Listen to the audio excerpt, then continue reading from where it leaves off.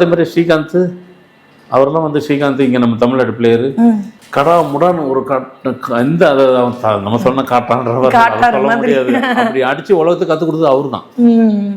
மற்றவங்களும் ஒவ்வொருத்தரும் ஒரு ஸ்டைலிஷ் இருக்கும். ஓப்பனிங் வந்து பொதுவாக ஸ்லோவாக ஆடுவாங்கன்றது தான் பொதுவாக.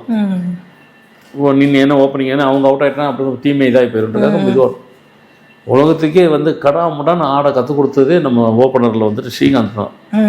உலகத்துக்கே கற்றுக் கொடுத்தாரு. ஆனால் அவர் பையன் வந்து அதை முடியல, எதிர்பார்த்தாங்க. பேர் என்ன? அனிருத்தா. அனிருத்தா எப்படி வரும்? அனிருத்து தான் வைக்கணும். அனிருத்தா வந்து பெண்கள் பேர் தான், லேடிஸ் பேர் தானே. அதான் கனெக்ட் ஆகலை. எனக்கு தெரியும், அவர் சொல்லக்கூடாது. அவர் டேட்டுக்கு அவர் பேருக்கு கனெக்ட் ஆகலை, கேட்கல. அது மாதிரி நிறைய பேர் இருக்கிறாங்க. பேர் கனெக்ட் ஆகிறது கூட நம்மளுடைய வாழ்க்கையில அதெல்லாம் நிறைய இருக்காங்க. அதான் நான் சொல்லக்கூடாதுன்னு சொல்லிட்டு அப்படின்னா எனக்கு தெரியுதுன்னு அர்த்தம். அப்போ அது ஏதோ சமாச்சாரம் இருக்குது. அதே மாதிரி தான் ரமேஷ் ஓப்பனர் பிளேயர் கூட அப்போ சரியான பிளேயரு. ஏன் காரணம் கேட்டால் இதுதான் ரீசனு. அவங்களுக்கு கனெக்டிவிட்டி இல்லாத நம்பரு அவங்கள ஜெர்சியாக வச்சுக்கிறாங்க.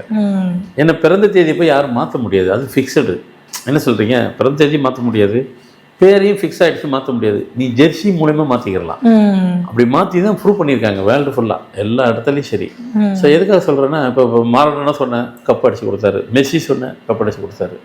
கிரிக்கெட்டில் எடுத்தாக்க டெண்டுல்கர் கப்பு, கங்குலி கப்பு, எல்லா பிளேயர் கபில் தேவ் கப்பு.